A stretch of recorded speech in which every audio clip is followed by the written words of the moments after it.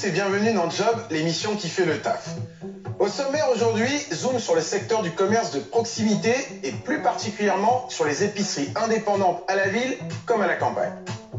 Et dans la deuxième partie, nous essaierons de répondre à cette question, est-ce risqué d'ouvrir un commerce de proximité indépendant en France? Pour en discuter, nous accueillons sur le plateau une équipe d'épiciers passionnés. J'ai le plaisir d'accueillir Alexis Roux de Bézieux, président de la Fédération des épiciers de France et fondateur des épiceries COS à Paris. En face de vous, Hugo Mock, plus connu sous le pseudonyme Hugo l'épicier. Je reçois aussi Véronique Leroux, bonjour, fondatrice du Panier de Vérane, une épicerie à Saint-Ouen que vous avez ouverte il y a 2 ans. tout à fait. Et enfin, je reçois Thomas, 22 ans, qui termine une alternance dans une épicerie bio et qui souhaite très vite ouvrir son propre commerce. Pour commencer, Alexis, c'est quoi les différentes sortes d'épiceries que l'on trouve en France? Alors, nous, on les a définis en 3 catégories. On a ce qu'on appelle les pratiques, qui sont des multiservices de proximité, qui vont parfois jusqu'au tabac et au bar dans certains villages. D'accord. On a ceux qu'on appelle les hédonistes, qui sont des épiciers plutôt fins, donc qui vont faire du direct producteur ou qui vont être spécialisés sur les produits fins italiens, par exemple. D'accord. Et puis on a les ethniques, qui servent une communauté d'origine qu'on connaît assez peu.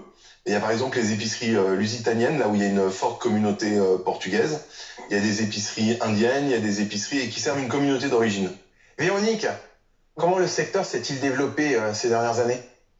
Ça s'est développé par l'envie de proximité, je pense aussi. Parce que moi, je me rends compte que les clients, en fait, ce qu'ils recherchent, c'est la connaissance du produit, de ce qu'on vend en épicerie indépendante.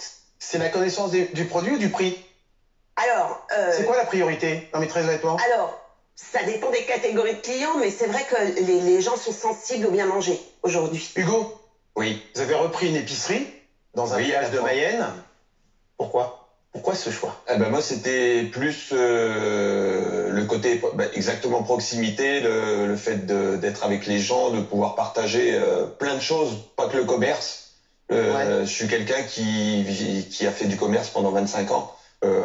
J'étais commercial, directeur de magasin. À une certaine époque, j'ai poussé le bouchon un peu trop loin, on va dire, dans le commerce et j'ai fait un burn-out. C'est ce qui m'a fait repenser toute ma vie. Et je me suis dit, pourquoi pas reprendre une épicerie dans mon village. Thomas, où souhaiteriez